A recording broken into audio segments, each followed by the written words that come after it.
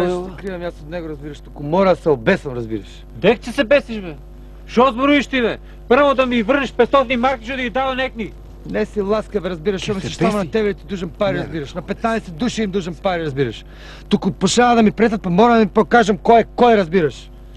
О, ти си взимал пари от човеците. Ми трябва ми хитно, разбираш. Шо не и върна?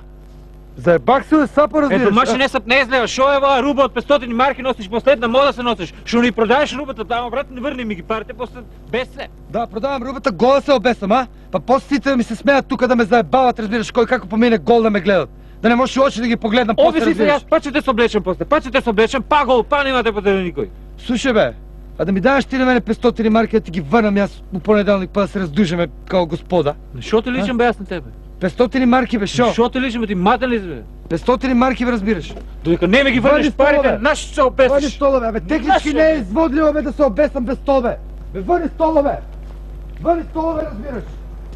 Върни бе стола. Нема гайля, бе. Сега ќе му лапнем ще 500 марки. Откъде знаеш? Секоја недела се беси овде. Знаеш кога куќа прави доле на водно?